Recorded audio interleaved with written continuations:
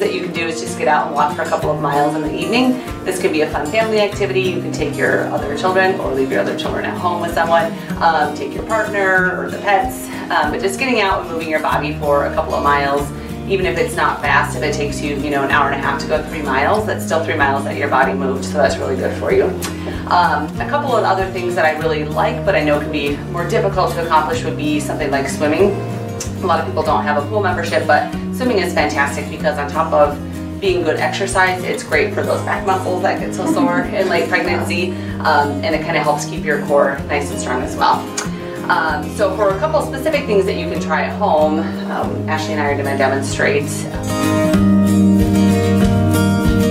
Start with your feet angled out, a little bit wider than the hips, and then you're going to scoop your pelvis forward. Almost think like you're tucking your butt underneath you a little bit, so that it's hard, so that your back and your bottom are kind of in a nice straight line. And then you're going to just kind of lower down, and then go back up, and then lower down, and go back up. And you can kind of do that as many times as you feel comfortable. If you start with 5 or 10 and do that a couple times per day, it's a really great workout for the muscles in the fronts and backs of your legs and in your bottom to kind of stabilize everything and help support the weight of that big belly. A lot of people are probably familiar with the plank. It's basically going up on your hands and your feet and kind of making a nice straight line from your head all the way down to those feet. So if you want to kind of demonstrate, this would be the hardest type of plank position to hold, and this would be a modification that you can do as long as your belly still has clearance, and then that's another modification where you drop your knees to the ground. These are really great for strengthening, again, those core muscles, because most pregnant women aren't going to be doing sit-ups and crunches, but they can just kind of strengthen and tighten everything in the middle to make that a nice strong base and hold that belly in. So the next exercise that we're going to demonstrate is something called a sideline leg raise. And you'll start how Ashley is on the floor with an arm underneath you for support, just one side. It doesn't matter which one because we'll flip over and do the other side.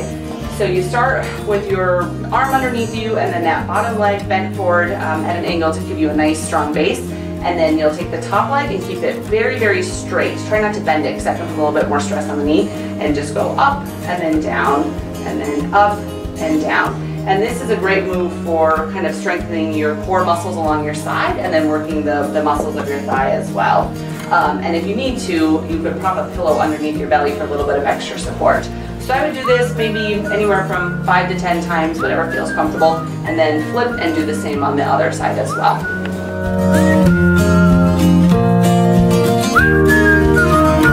These could be anything from just using them all as far as like light stretches, or if you wanted to get more of an intense workout, you could do quite a few more repetitions, or you could try to do 10 or 20 repetitions in the morning and in the afternoon and in the evening as well. So you can kind of use them and just build around them. Another thing that I feel like I should mention is there are a lot of really good and free pregnancy workout videos that you can find out there. Always run it by your midwife or your doctor if you're not sure, but even if you don't have access to a gym or a pool, there are lots of things that you can try at home.